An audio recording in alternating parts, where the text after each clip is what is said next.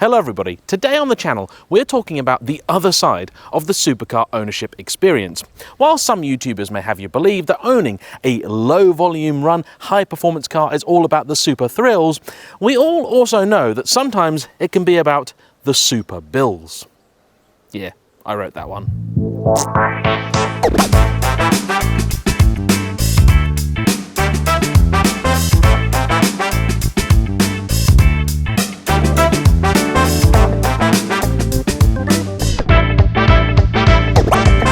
In fact, it's for that very reason that when choosing their first supercar, many people steer away from the traditional Italian options, Ferrari and Lamborghini, instead leaning towards something a little more sensible, like an Audi R8. You may recognise this exact car because it's been on the channel a number of times before. It belongs to my good friend Anthony from the channel Sports and Touring, and we're out here for a week filming a whole bunch of content with this car and others for a new channel that we've started together. It's called JAYEMM Friends, and if you'd like to support us on that, please follow the link in the description down below and hit the subscribe button, because at this stage in the game, every subscribe really does help.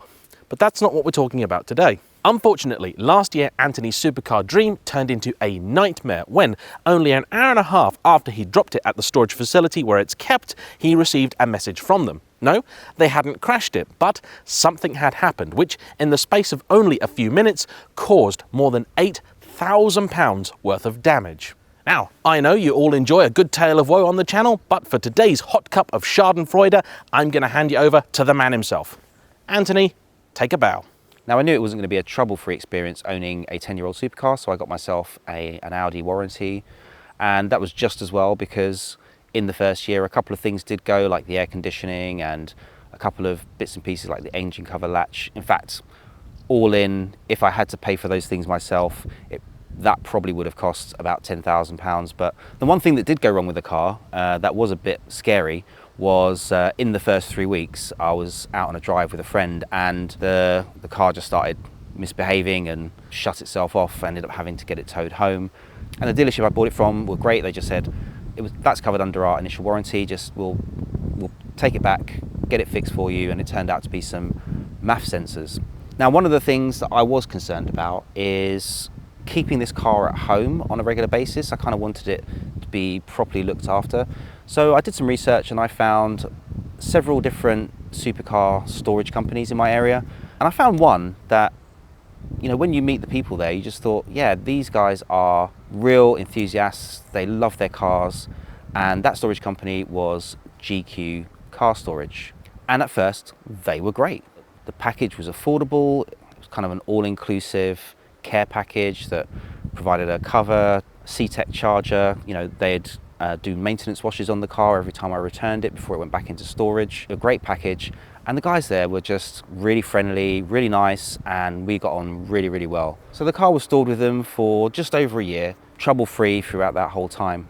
I'd had the car home for a couple of days and I needed to get it back to GQ, so I finished work and drove the car down the road, 15-20 minute drive altogether, and got there at around 5 PM. Had a little chat with one of the guys there before I left. An hour and a half later, I get a text message saying that there was a clutch comment warning on the dashboard.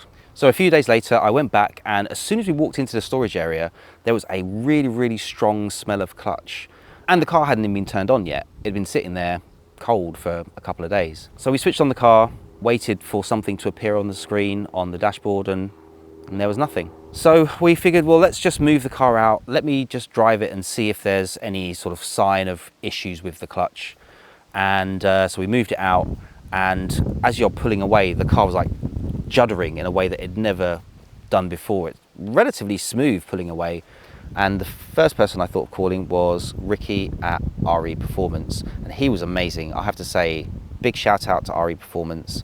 He was so helpful and patient. And the first thing he said, well, it sounds like heat damage. He said, to be sure, you need to take it out on the road, do a little test drive, get it warmed up. Once it's warmed up, shift through the gears. If it slips, and he said you'll know when it slips, if it slips, then that means the clutch is worn, and that will be the problem. If it doesn't slip, then it's been heat damaged in some other way.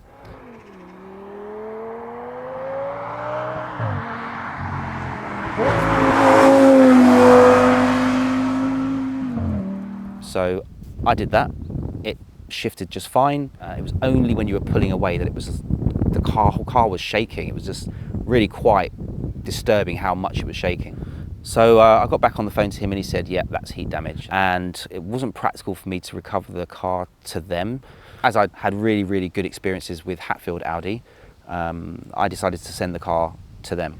Now GQ actually showed a willingness to try and be helpful. They actually called Hatfield Audi on my behalf, found out what the availability was, and tried to get it booked in. And Hatfield Audi didn't have any availability that side of Christmas. Hatfield Audi sent their video report both to GQ and to me. Now in this video, the master tech from Hatfield Audi ran through a health check of the car. He said he found no other faults or issues with the car, then showed the P2787 error that had been logged by the onboard computer. Now it had been logged at 7 p.m. according to the computer, but it was found that the vehicle's clock was 1 hour forward because we'd just gone from summer into the winter. So his conclusion was that the error actually occurred at 6:02 p.m. In the video, he then showed the technical documentation from Audi that explains what happens. So initially there would be a warning on the dash saying clutch temperature too high, please stop vehicle. Then if nothing is done to stop it,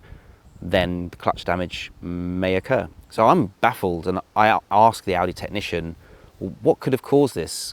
He said, well, normal driving wouldn't cause it. You know, either you've done a whole load of launches, which I really didn't think was the case, or the car's been crept really slowly for a long time, causing the clutch to slip.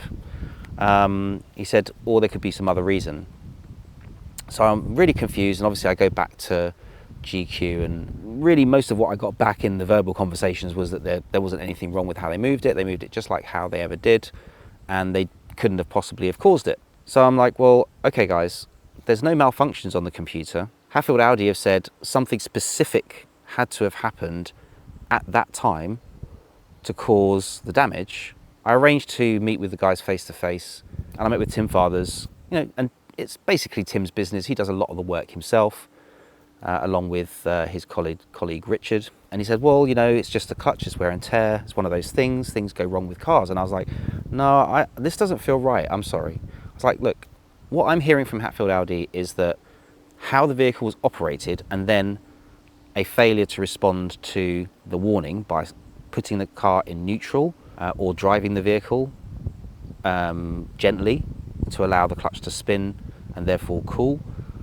Like, those are the things that you would need to do. In this case, it sounds like you would have had to have put it into neutral to allow it to cool. So the clutch warning was shown on the dash. If it wasn't put into neutral, then the damage occurs. It's not like it gets hot, you see a warning and the damage is done. It gives you a warning and there's a period of time after that before the damage is done. We didn't agree on the interpretation on what Hatfield Audi were trying to say. So I thought I'd drop them an email. The analogy that I used when we were talking verbally about it was, there's a difference between wear and tear and damage.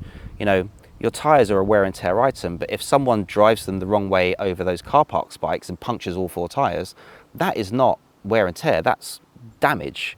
And in this case, it wasn't that the clutch had just worn out and because it was worn was slipping, it was because of a specific incident, and that's really what Hatfield Audi were trying to say. Now, their reply to that is what I found most disturbing. However, there was one little detail in this email that revealed exactly what they got wrong, but that wasn't figured out for sure until a little bit later.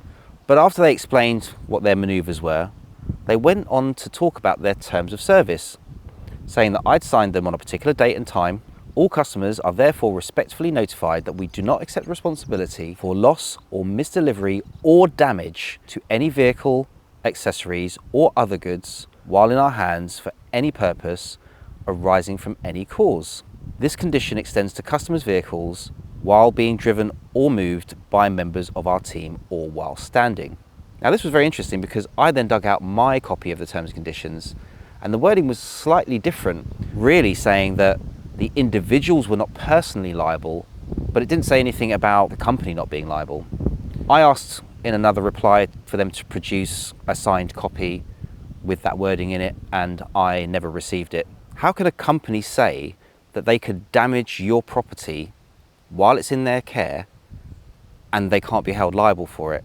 I just thought this can't be the case. Now, fortunately, I've been watching a channel called Black Belt Barrister, and I had actually followed a few of his videos where he had been talking about what to do in situations like this. Hi everyone, my name's Daniel, or better known as the Black Belt Barrister for my YouTube channel. I'm a practicing barrister who helps you to understand law, and in particular cases just like this one that Anthony was facing here. I'm really glad that my content has helped Anthony and given him the courage to pursue this case and many others like him. I'm going to do a deep dive into the law on this particular case study so that you can understand the interplay between consumer rights and how it applies in situations like this, and how many companies try to defend these claims, and more importantly, the crucial steps that Anthony took at the early stages to ensure that he got a successful resolution, albeit on a no admissions basis, which is quite normal, which is something else that I'll discuss on my video as well. So you'll find that video linked in the description below, hopefully, in case you're interested. And now back to Anthony for the rest of his story.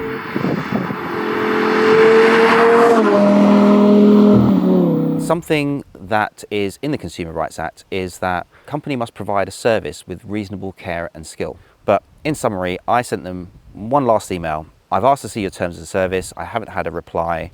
I'm not happy that you can have a vehicle in your care and it can get damaged, and that your terms of service say that you're not liable regardless of how it was caused. He went on to explain a bunch of things about how the car had done a bunch of miles and, you know, it must be because of that. But I've got a friend who's got over 35,000 miles on his car. There was 19,000 on mine at the time. On his car, no problems whatsoever, and he's even tracked the car numerous times. You know, they then referred to their years of experience, that somehow their collective 70 years of driving experience means that they know better than an Audi Master Tech and the technical documentation from Audi and its onboard computer combined. And then went back to the whole wear and tear thing again. So the only option I had left at this point was find a solicitor. Now, Jane Gittins at Catalyst Law was fantastic on the phone. She just told me to send over the information, she'll do a review. There was a fixed cost to the review process, and if they accepted the case, a fixed cost to pre-claim process, which is the initial letter that comes from the solicitor to say, here's the nature of our claim, you have the opportunity to accept liability. If you don't within a certain period of time, it can go to court, etc. So I sent her all the information, and the first thing she said is that, look, have you done the repairs yet? And I said, no. And she said, what you need to do now is find someone who can do the engineering report, and you really want someone who is really qualified and would be seen by the court as an expert witness, and they could be called to the court as an expert witness if necessary. I found Elite Inspections who had experience of supercars, classics, and the like, and they sent me a sample report that they had done on a Lamborghini with a similar gearbox. We arranged for them to actually be present when the Audi Master Tech was stripping down the vehicle. Hatfield Audi were amazing. They coordinated with Elite Inspections to find a mutually agreeable time that they could do the work. While the vehicle was being taken apart, he confirmed that everything was intact before the whole thing was taken apart. He took a bunch of photos and went away to write his report. Now, part of what Elite Inspections needed from me was all of the correspondence between myself and GQ Car Storage, which I'd forwarded on. And that's where that email came into play. After a little bit of a wait, the report came back from Elite Inspections. Not only did they find that there was minimal clutch wear, they found severe damage to the clutch. They took some high-res photos. The damage was just phenomenal. It was cracked, and the flywheel was like blue in patches. It was really quite shocking. The examiner reached one simple conclusion: that the vehicle's clutch system had not failed due to wear and tear, but had failed due to operational procedures carried out whilst in the custody of GQ Car Storage, and that they had not taken reasonable care and skill whilst operating the vehicle, resulting in the overheating of the clutch and a failure to comply with the warning light when triggered. But what he also noted was what they'd said in that email, where they explained the manoeuvres they performed and that they'd got out of the vehicle to do a position check, and then on returning to the driver's seat, noticed that an amber warning light was illuminated. Had they left it in neutral when the driver exited the vehicle, the warning light could never have illuminated in the first instance. When the driver exited the vehicle, the transmission system was left in gear. Failure to correctly select neutral would have allowed the clutch system to allow friction at the kiss point, or the biting point of the clutch, allowing the clutch system to overheat. Now, when you put your foot on the brake on the R8, it tells it that you don't want to go anywhere, and it actually disengages the clutch. But when you take your foot off the brake to go on the throttle, it actually starts to find the kiss point of the clutch. So the engineering report says they left it in gear. So my solicitor took the engineering report, said this is a very, very strong case, wrote what's called a letter before claim, which is saying, giving them the opportunity to resolve the matter outside of court, sent that directly to GQ along with the report, and finally it was referred to GQ's liability insurer. Not only did they come back with similar comments to GQ suggesting that it couldn't possibly have been them, the solicitor then had to write back to them explaining it's all in the report, please read the report. Now this exchange went back and forth, and then they said, oh, do you have the parts? My client has the parts and happy for you to come and inspect them. Another week's gone by, I'm like, well, what's going on? So we chased them up again, and then we were told, oh, well, they don't need to see the parts. Right, so you needed to see the parts, and now you don't need to see the parts. Okay, months have gone by where we're trying to resolve this matter. GQ's insurance company came back with kind of, yeah, sure, if you want to take us to court, go ahead, here's our solicitors. And then literally like a day or so later, they sent another letter stating, on their engineer's advice, that they're going to fully reimburse me for the damage, for the engineering report, all of which totaled nearly £9,000. And that was only because I got a very, very favourable rate. If I'd had to have paid full retail on all of this stuff, this would have been closer to £10,000. I wasn't going to get back my solicitor's fees, which fortunately by this point had only come up to just over £400. But what was completely bizarre about the engagement with the insurance company was some of the things that they said. One of the things they suggested was, why didn't I claim it off my insurance? Well, motoring insurance and liability insurance are two different things, and no one at GQ is a named driver on my policy. That's for them to cover. Most important to me was that I had the full cost of the repair reimbursed, the full cost of the engineering report. Those are the two biggest things, totaling nearly £9,000. And finally, I got my money back. Regardless of everything else that they said, the thing for me that disturbed me the most is that they would send me terms and conditions that don't match any copy that I have, that would suggest that their company could do whatever they want to their customers' vehicles, cause any damage, and they couldn't be held accountable for it. Even if the law allowed that, that's just wrong. Luckily, I had the protection of the law, and I found an awesome company, Elite Inspections, that carried out the full engineering report, fully compliant with court proceedings, and an incredible solicitor at Catalyst Law who provided a very, very cost-effective service. Not only did she take care of all the letters, but spoke to me on the phone to try and help me through the process and help me understand it. And I've got to give a big shout out to both of them because they've been absolutely amazing. But now the car is back and working well, and getting to make new memories with my son is the most important thing. And thank you, James, for letting me tell the story on your channel. So of course, if you're not subscribed already, please do so. Otherwise, until next time, bye-bye.